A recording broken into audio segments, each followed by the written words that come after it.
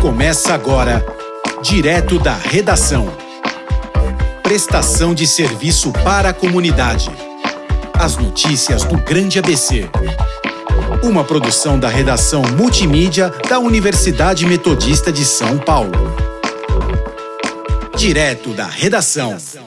Tudo sobre o início da Champions League. Desempenho dos brasileiros nas Paralimpíadas. 20 anos do atentado de 11 de setembro. Números da Covid-19 no Brasil. Tudo isso e muito mais agora, no Direto da Redação.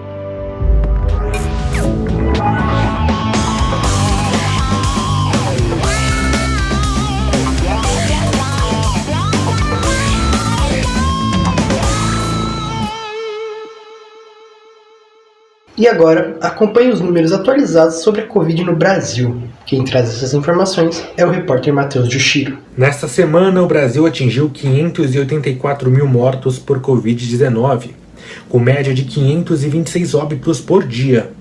É a menor desde dezembro do ano passado. Quase 68 milhões de pessoas já tomaram a segunda dose ou a dose única da vacina no Brasil, chegando então perto de 32% de totalmente vacinados. Já os que tomaram apenas uma dose correspondem a 64% da população. Lembrando que no momento a primeira dose da vacina já está disponível para todas as pessoas a partir de 12 anos, além da aplicação da dose de reforço, que teve início nesta semana para idosos acima de 90 anos. Matheus Jushiro para o Direto da Redação.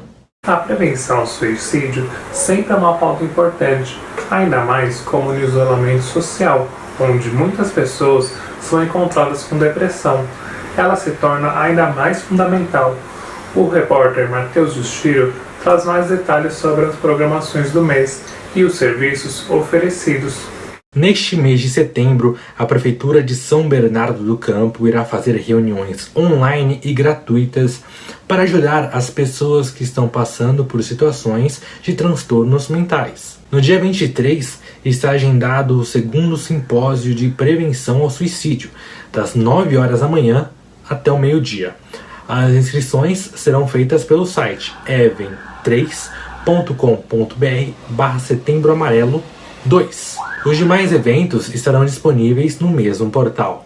Ao longo do mês, o Centro de Atenção Psicossocial promoverá também reuniões, oficinas, rodas de conversas, entre outros eventos gratuitamente. Vale lembrar que o CAPS é um serviço fixo e, independente do mês, você pode procurar ajuda por lá. E para acessar as formas de contato, apenas digite no seu navegador Posto de Saúde, sua cidade e CAPS no final.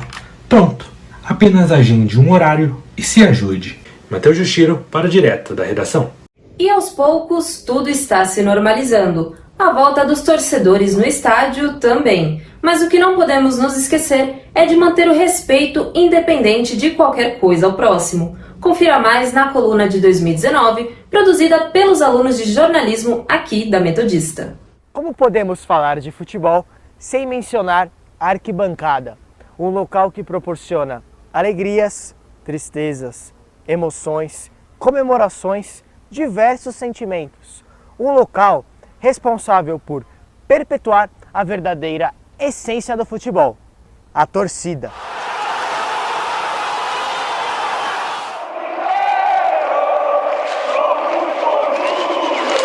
Mas também já evidenciou, ou melhor, ainda evidencia, um dos problemas sérios de nossa sociedade, a homofobia. Quem nunca ouviu aquele xingamento inconveniente, mas não reclamou por medo de ser repreendido? Já aconteceu com você? Você não acha que já está mais do que na hora da gente parar de achar normal esse tipo de situação? Nós, assim como as autoridades, também temos um papel. Um dos casos que acabou ficando famoso foi o do torcedor palmeirense William De Luca, que estava na arquibancada do Allianz Parque em um jogo contra o São Paulo e se ofendeu com os gritos homofóbicos vindo da própria torcida. Revoltado, postou uma foto no meio do jogo em suas redes sociais com a seguinte mensagem: a torcida do Palmeiras, em sua homofobia típica, canta aqui: todo viado nessa terra é tricolor. Parece que encontrei uma exceção à regra. Eu mesmo, viado e palmeirense, e que colo nos estádios em todos os jogos. A reclamação repercutiu muito e tivemos ali um torcedor sendo ofendido pelos gritos da própria torcida devido à orientação sexual. A pergunta que fica é: quantos torcedores já sentiram a mesma coisa, mas não se manifestaram? O estádio de futebol, apesar da beleza, pode se tornar um ambiente hostil. Alguns gritos criminosos e ofensivos podem passar despercebidos. Mas e você?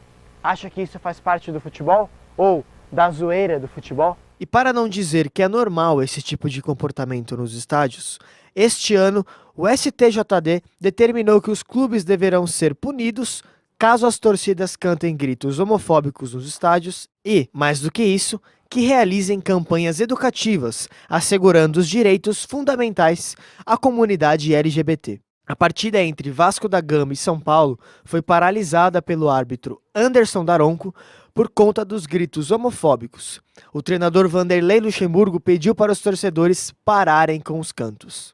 E não é só nas arquibancadas que o preconceito é aparente. No campo e nos vestiários existe uma discriminação velada entre os próprios atletas. O homem que tem ciúme do outro é viadagem. Eu não trabalho com homossexual. Eu não tenho um viado no meu elenco. Tá entendendo? Então eu trabalho com homem. Afinal, o que interfere a orientação sexual em jogador A ou B? Isso teria alguma influência no desempenho? Acho que não, né? Mas pô, você deve estar se perguntando, para combater o preconceito, seja no campo ou na arquibancada, não é preciso representatividade? Não cabe a diversidade? Por que não? Em São Paulo, o coletivo Palmeiras é considerado o mais importante e uma das poucas torcidas organizadas LGBT no Brasil. Talvez sirva como um espelho para outras torcidas se mobilizarem e seguirem o exemplo. E também para mostrar que, apesar de todo esse cenário, há torcidas que buscam a devida representatividade e, principalmente, visibilidade nos estádios de futebol. Um lugar grande o suficiente para garantir o espaço de todos. Por isso, amigo, chega de besteira. Vem pro estádio, seja feliz, comemore, se divirta. Seja com a sua família, com a sua namorada, com o seu amigo, independente de quem seja. E chega de preconceito.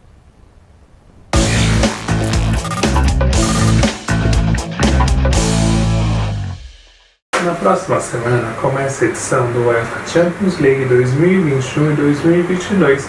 Confira agora na coluna do Leonardo Cunha tudo o que rolou na primeira rodada e os favoritos ao título europeu. Na próxima terça-feira começa a fase de grupos da UEFA Champions League 2021-2022. A edição promete ser uma das mais disputadas dos últimos anos. O PSG, comandado por Neymar e Mbappé, chega como um grande favorito ao torneio após contratar Lionel Messi, Sérgio Ramos, Wijnaldum, Donnarumma, Hakimi e Nuno Mendes. Outros times também chegam forte para a temporada, como Manchester City, atual vice-campeão, Bayern, Real Madrid, Liverpool e Atlético de Madrid. O atual campeão Chelsea se reforçou e chega mais forte do que nunca. O artilheiro belga Lukaku e o meio-campista Saúl chegam para deixar o time de Tuchel ainda mais forte para tentar o bicampeonato. O Manchester United é outro time que promete brigar pelo título europeu. O bom time de Solskjaer ganhou reforços de peso, como Jadon Sancho, Rafael Varane e o ídolo dos Red Devils e do Real Madrid, Cristiano Ronaldo. Logo na primeira rodada, na terça-feira, teremos grandes embates logo de cara. O Barcelona, que passa por reformulação após a saída de Messi, enfrenta na Catalunha o poderoso Bayern de Munique, que há quase um ano goleou os blaugranas por 8-2 com Messi em campo. O duelo promete. Na quarta-feira, mais 2 jogos de alto nível. O atual campeão italiano, a Internazionale de Milão, recebe o todo-poderoso Real Madrid, agora sob o comando do vencedor Carlo Ancelotti. Os madrilenhos sonham com a 14ª conquista da Champions. O segundo jogo é um confronto com muita história. O Liverpool recebe o Milan. Os dois times duelaram na final da edição 2004-2005 em Istambul, que para muitos é a maior final que a Champions já teve. Na ocasião, o time italiano abriu 3-0 e viu o time inglês empatar a partida e vencer nos pênaltis o título europeu daquele ano. Confrontos pesados na primeira rodada, grupos complicados e super times. Essa edição promete muito. Leonardo Cunha para o Direto da Redação. E agora você dá uma olhada em um resumo das principais coisas que aconteceram nas Paralimpíadas. Quem traz essas informações é o repórter Gabriel dos Santos. As Paralimpíadas chegaram ao fim e nessa edição o Brasil se destacou com o maior número de atletas inscritas na delegação desde o início dos Jogos. As meninas também fizeram jus à camisa, se destacando em provas como arremesso de peso, corrida e lançamento de dardos. Uma coisa muito legal também se deve ao fato de que o Brasil alcançou sua 100ª medalha de ouro. A número 100 veio na modalidade de atletismo, conquistada pelo atleta cego Yeltsin Jaques, que se sentiu ainda mais honrado com a vitória. O Brasil volta para casa com 72 medalhas conquistadas, sendo dessas 22 de ouro, 20 de prata e 30 de bronze. Tendo os atletas conquistado ou não o pódio, eles com certeza voltam para casa com a consciência tranquila pela importante representatividade que causaram em milhões de brasileiros com deficiência. Gabriel dos Santos para o Direto da Redação. Mesmo depois de 20 anos dos ataques às Torres Gêmeas, é raro ter alguém que não se lembre daquele trágico momento. As causas e consequências do atentado de 11 de setembro de 2001 impactam o mundo até hoje. Confira na reportagem de Luciana Kim.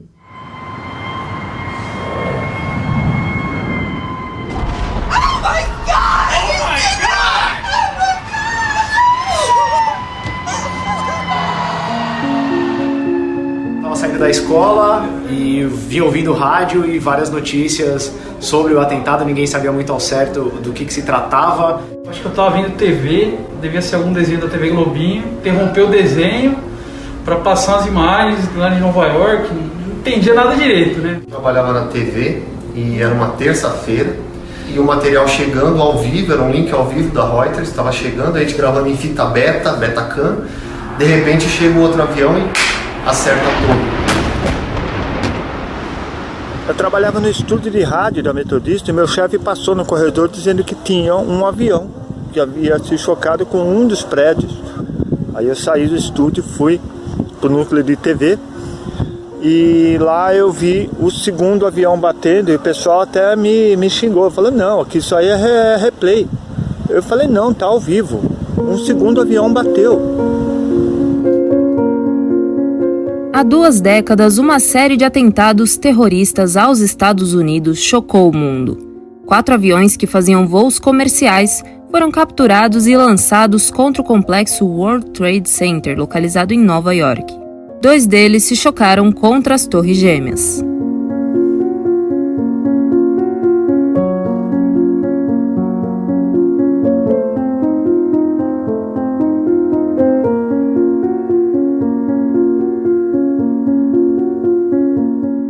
Todos os ataques foram coordenados pela organização fundamentalista islâmica Al-Qaeda, que na época era liderada por Osama Bin Laden, deixando 3.000 mortos. O historiador e cientista político Tiago Rocha destaca que a motivação por trás do grupo extremista é resultado de um longo processo histórico. O fato em si foi surpreendente, numa guerra mais complexa, uma guerra que envolve religião, mas envolve nada mais do que poder, né? E os Estados Unidos como representante deste poder. Lembrando que a guerra do Afeganistão dos anos 80 foi praticamente, né, o Vietnã soviético, né? O efeito que a gente vê foi o grande fracasso da União Soviética no Afeganistão, patrocinado o Afeganistão, né, os rebeldes lá, o pessoal, pelos Estados Unidos. E depois isso veio virar contra o feitiço, virou contra o feiticeiro, se a gente pode dizer assim. Uma das principais consequências do atentado é a chamada Guerra do Terror, que, em nome do combate ao terrorismo, reduziu a liberdade e a privacidade dos cidadãos norte-americanos. A sociedade fica mais desconfiada, alguma coisa, né? Todos esses adjetivos que caminham para este nível. Porque você tem a lei antiterror e muda toda a dinâmica, por exemplo, de embarque no mundo inteiro. Isso é muito forte, porque ninguém tinha pegado o avião.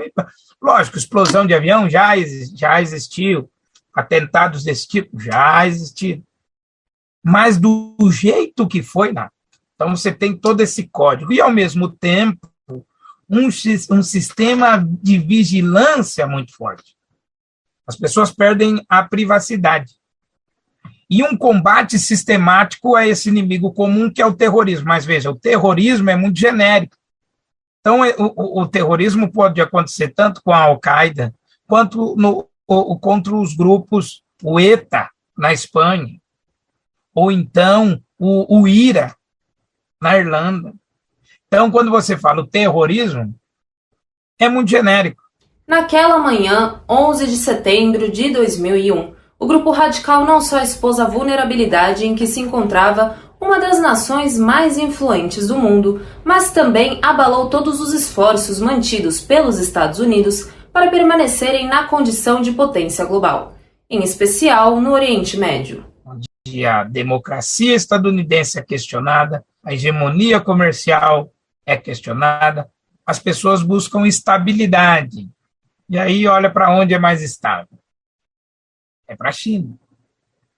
Mesmo nos dias atuais, ainda existem possibilidades de acontecerem outros tipos de atentados. Lógico que vai ser em menor escala. Por exemplo, aquele atentado que teve na França. Então, menor e muda o alvo. Você vai atacar onde o símbolo é mais forte, né? Porque as Torres Gêmeas, o símbolo dos Estados Unidos, qualquer filme até a queda, antes da queda das Torres Gêmeas, mostrava Nova York Torres Gêmeas, não era nem o Empire State Building, porque é o símbolo, é o poderio, você ataca o símbolo. A liberdade de expressão nasceu aonde? Na França, então você ataca a França. A Inglaterra é a Torre de Babel hoje, né? E eles têm mas é um atentado que até hoje eu não entendo. A gente teve na Inglaterra, que o cara pegou o ônibus, o caminhão e foi atropelando todo mundo. Mas veja, muda-se o alvo e muda-se a escala. O ataque é o mesmo, porque o clima de terror já está instaurado. A grande vitória do terrorismo foi nos colocar com medo. Foi uma coisa muito estranha e louca, mas que marcou bastante. Uma coisa que marcou não só a mim, mas como o mundo inteiro, né?